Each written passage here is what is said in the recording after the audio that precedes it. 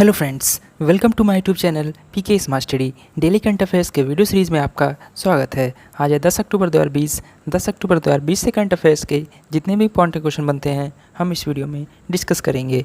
चलिए video start करते हैं। आज का पहला इंपॉर्टेंट क्वेश्चन है, विश्व डाक दिवस हाल ही में कब मनाया गया? इसका सही आंसर है ऑप्शन नंबर बी, 9 अक्टूबर को।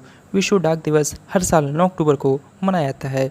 डाक सेवाओं की उपयोगिता और इसकी संभावनाओं को देखते हुए हर साल 9 अक्टूबर को विश्व डाक यूनिवर्सल पोस्टल यूनियन की ओर से मनाया जाता है। विश्व डाक दिवस का उद्देश्य ग्राहकों के बीच डाक विभाग के उत्पाद के बारे में जानकारी देना, उन्हें जागरूक करना और डाकघरों के बीच सामंजस्य स्थापित करना है। विश्व डाक दिवस का इतिहास 1840 से शुरू होता है। ब्रिटेन में सर रॉलैंड हिल एक नई व्यवस्था को शुरू किया था जिसमें पत्र तैयार किए जाते थे। उन्होंने यह भी नियम बताया कि स्थानीय सेवा के विशेष वजन के लिए एक तय शुल्क लगेगा।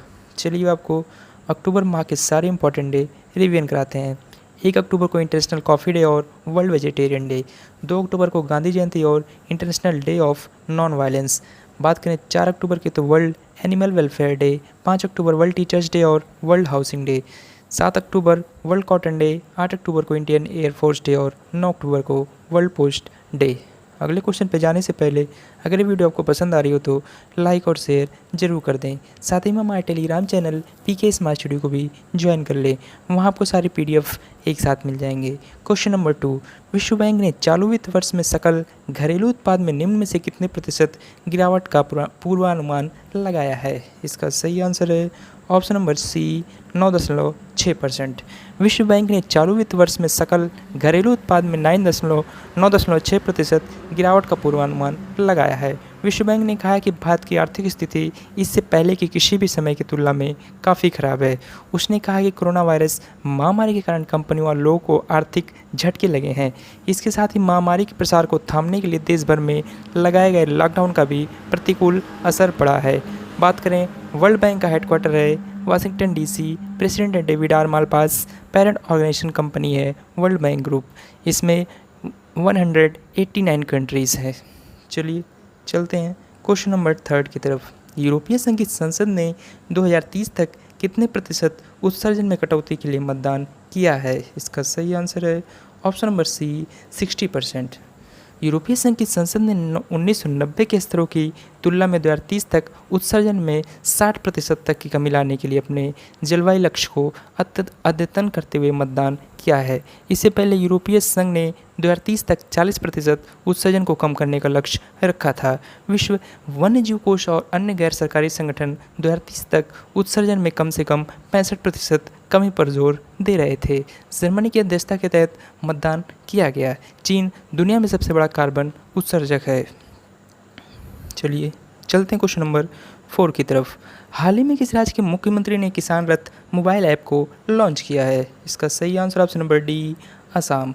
असम के मुख्यमंत्री सर्बानंद सोनोवाल ने राज्य में आयोजित एक कार्यक्रम में क्रेता विक्रेता नेटवर्क को बढ़ावा देकर कृषि उत्पादों की समय पर बिक्री की सुविधा के लिए किसान रथ मोबाइल ऐप लॉन्च किया। उन्होंने कहा कि यह ऐप असम के किसानों के लिए देश भर में उनकी उपज का अधिकतम लाभ प्राप्त करने के लिए कृषि व्यवसाय को बढ़ावा देने हेतु एक नया वाहन होगा। चलिए अब आपको असम के बारे में बातें हैं। असम के वर्तमान मुख्यमंत्री श्री सर्बानंद सोनोवाल, जो कि आपको इमेज में दिखाई दे रहे हैं। Governor professor Jagdish Mukhi. असम का गठन 15 अगस्त 1947 को हुआ था। Capital Dispur. First CM Gopinath Bardoloi. First governor Mohammad Saleh Akbar Hydari. Lok Sabha seat 14, Rajya Sabha seat 7, state river है ब्रह्मपुत्र।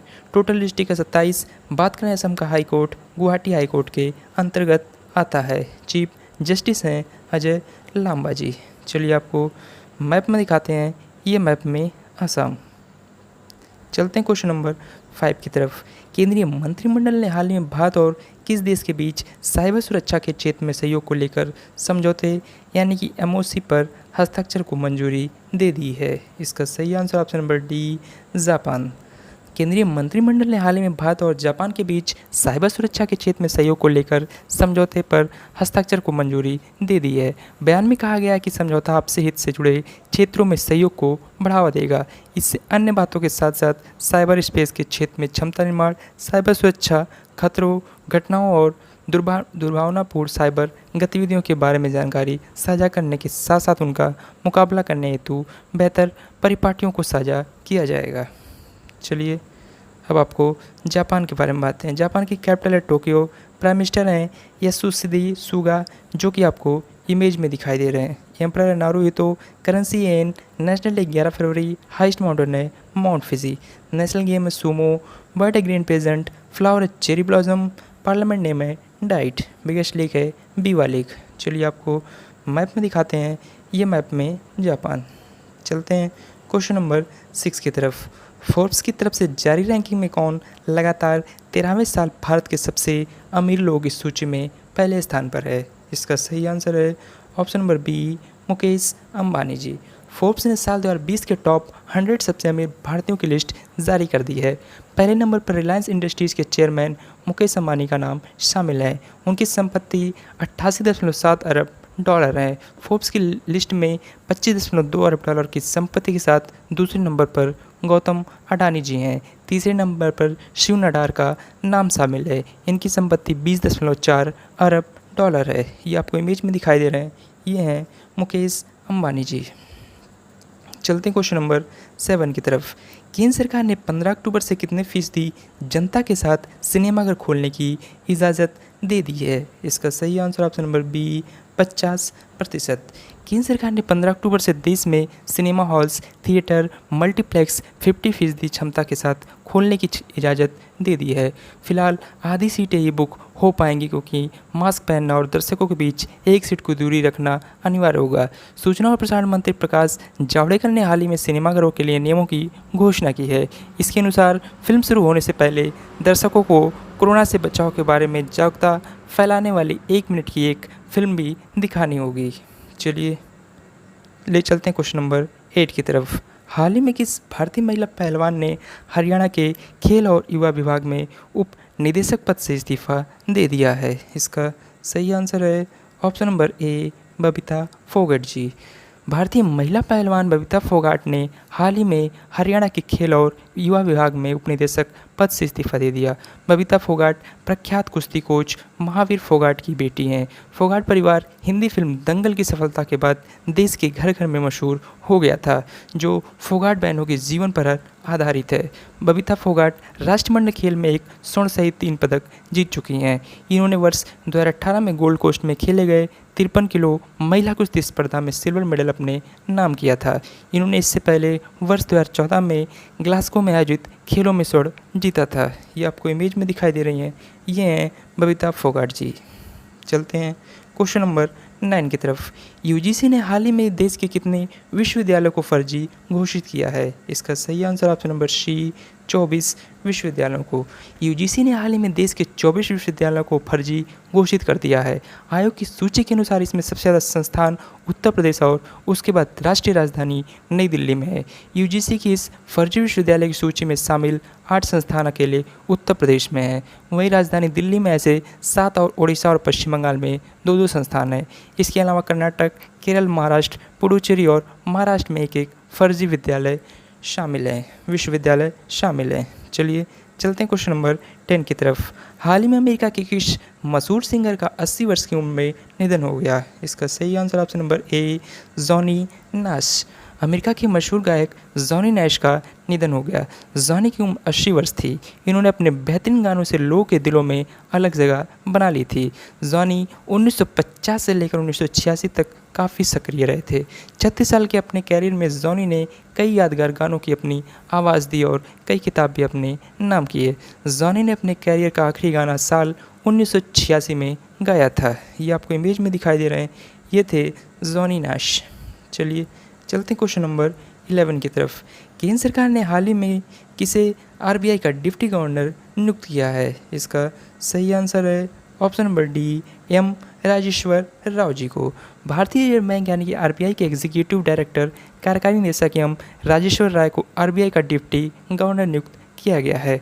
राव आरबीआई के चौथे डिप्टी गवर्नर के तौर पर एनएस विश्वनाथन की जगह लेंगे। राजेश्वर राव साल 1984 में रिजर्व बैंक से जुड़े थे।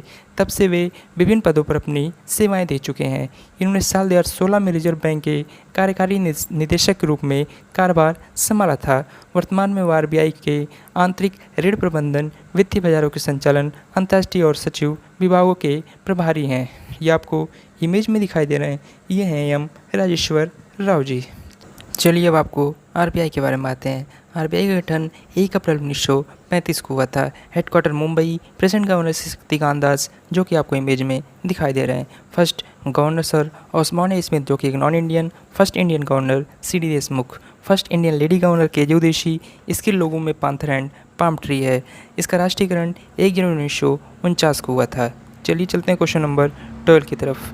केंद्र सरकार ने 3 प्रतिष्ठित अर्थशास्त्रियों आसिमा गोयल, जयंत और वर्मा और किसको एमपीसी के सदस्य के रूप में नियुक्त किया है? इसका सही answer option number B, Shashank Bhide. केंद्र सरकार ने 3 प्रतिष्ठित अर्थशास्त्रियों को यानी कि आशिमा गोयल, जयंत आर वर्मा और शशांक भिड़े को एमपीसी के सदस्य के रूप में नियुक्त किया है। नए सदस्य चेतन घाटे, पामी दुआ और रविंद्र ढोलकिया की जगह लेंगे। उन्हें 30 सितंबर 2016 को 4 साल के लिए पैनल में नियुक्त किया गया था। शशांक भिड़े ने लो स्टेट यूनिवर्सिटी से कृषि अर्थशास्त्र में पीएचडी की है। मौजूदा समय में वे वरिष्ठ सलाहकार national council for applied economic research हैं। चलिए चलते हैं क्वेश्चन नंबर 13 की तरफ। हाल ही में किस देश ने हाइपरसोनिक क्रूज मिसाइल जिरकॉन का सफल परीक्षण किया है? इसका सही आंसर है ऑप्शन नंबर डी, रशिया। रूस ने हाइपरसोनिक क्रूज मिसाइल जिरकॉन का सफल परीक्षण किया है। रूस के रक्षा मंत्रालय ने बताया कि इस मिसाइल का परीक्षण बैरेंट सागर में किया गया। इस मिसाइल ने ध्वनि की तुलना में 8 गुना ज़्यादा स्पीड से 450 किलोमीटर की दूरी तय की और अपने नकली लक्ष्य को तबाह किया। रूस ने परीक्षण ऐसे समय पर किया है जब उसका अमेरिका के नेतृत्व वाले नाटो देश के साथ तनाव चल रहा है। इस हाइपरसोनिक मिसाइल की रेंज 450 किलोमीटर रही है। चलिए आपको रशिया के बारे में बातें हैं। रशिया की कैपिटल है मॉस्को। प्रेसिडेंट है व्लादिमीर पुतिन, जो कि आपको इमेज में दिखाई दे रहे हैं। Currency Russian ruble. National day 12 June. Highest mountain Mount Elbrus. Largest lake है बैकाल। वर्ल्ड्स लॉन्गेस्ट रेलवे आपको पता ही है रशिया का ही है। रशिया के पास 8400 न्यूक्लियर वेपन्स हैं। World's largest country by area आपको पता ही है। नेशनल गेम की बात करें तो रशिया के बैंडी, बर्ड है ईगल, फ्लावर है कैमोमाइल, एनिमल है Russian brown bear, parliament name है ड्यूमा। चलिए आपको मैप में दिखाते हैं, ये मैप में रशिया। चलते हैं आज के लास्ट क्वेश्चन की तरफ। केंद्र सरकार ने जे वेंकट रमू को कितने साल के लिए इंडिया पोस्ट पेमेंट बैंक के प्रबंध निदेशक एमडी और मुख्य कार्यकारी अधिकारी सीईओ के रूप में नियुक्त किया है? इसका सही आंसर है ऑप्शन नंबर सी, 3 साल के लिए। केंद्र सरकार ने जे वेंकट रमू को 3 साल के लिए इंडिया पोस्ट पेमेंट्स बैंक के प्रबंध निदेशक और सीईओ के रूप में नियुक्त किया है। वेंकट रामू के पास भुगतान, मोबाइल बैंकिंग, खुदरा बैंकिंग उत्पादों से बैंकिंग सेवाओं में 22 वर्षों का कार्य अनुभव है और इन्होंने डिजिटल वित्तीय परियोजना का भी प्रबंधन किया है। चलिए चलते हैं पिछले दिन के वन लाइनर करंट अफेयर्स की तरफ। विश्व कपास दिवस हाल ही में 7 अक्टूबर को मनाया गया। पीएम स्वनिधि और एसबीआई पोर्टल के बीच एपीआई एकीकरण शुरू हुआ है। भारत वर्तमान में रशिया के साथ हल्के वजन के टैंकों का अधिग्रहण करने के लिए वार्ता कर रहा है। गुजरात राज्य सरकार ने ग्रामीण इलाकों के लिए डिजिटल सेवा सेतु कार्यक्रम की घोषणा की है।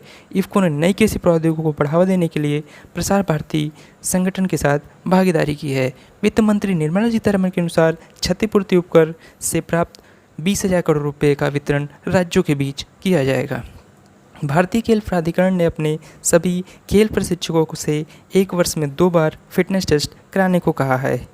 आईसीआईसीआई बैंक ने एलएएस ग्राहकों के लिए नया डेबिट कार्ड लॉन्च किया है। भारत में वन्यजीव सप्ताह 2 से 8 अक्टूबर तक मनाया गया। चलिए चलते हैं आज के स्टैटिक जी के क्वेश्चन की तरफ। उत्तर अटलांटिक संधि संगठन यानी कि नाटो का मुख्यालय कहाँ स्थित है? इसका सही answer option number 1, Brussels, Belgium. Question number 2, दक्षिण अफ्रीका का कौन सा राष्ट्रपति प्रजाति प्रथक के विरुद्ध आंदोलन में अपने महत्वपूर्ण योगदान के लिए प्रसिद्ध है? इसका option number D, Nelson Mandela ji. चलिए चलते हैं आंसर ऑफ एस्टेटे क्वेश्चन की तरफ। हाल ही में कौन सा हवाई अड्डा एएआई का पहला 100% सौर ऊर्जा से चलने वाला हवाई अड्डा बना है? इसका सही आंसर था option number c, Puducherry airport. Question number 2 है, हाल ही में किस राज्य की मशहूर मिर्च डल्ले खुर्सीनी को जीआई टैग मिला है? इसका सही आंसर था ऑप्शन नंबर बी, सिक्किम। चलिए चलते हैं क्वेश्चन ऑफ द डे की तरफ। हाल ही में किस देश के क्रिकेटर नजीब तारकाई का सड़क दुर्घटना में निधन हो गया? क्वेश्चन नंबर 2 है, हाल में भारतीय वायुसेना दिवस कब मनाया गया? इन दोनों क्वेश्चंस का आंसर आपको कमेंट बॉक्स में कमेंट करके बताना है। ऐसे ही डेली करंट अफेयर्स के वीडियो के लिए आप अपने चैनल PK स्मार्ट को सब्सक्राइब करें। वीडियो अच्छी लगी हो तो लाइक और शेयर जरूर करें। Thank you.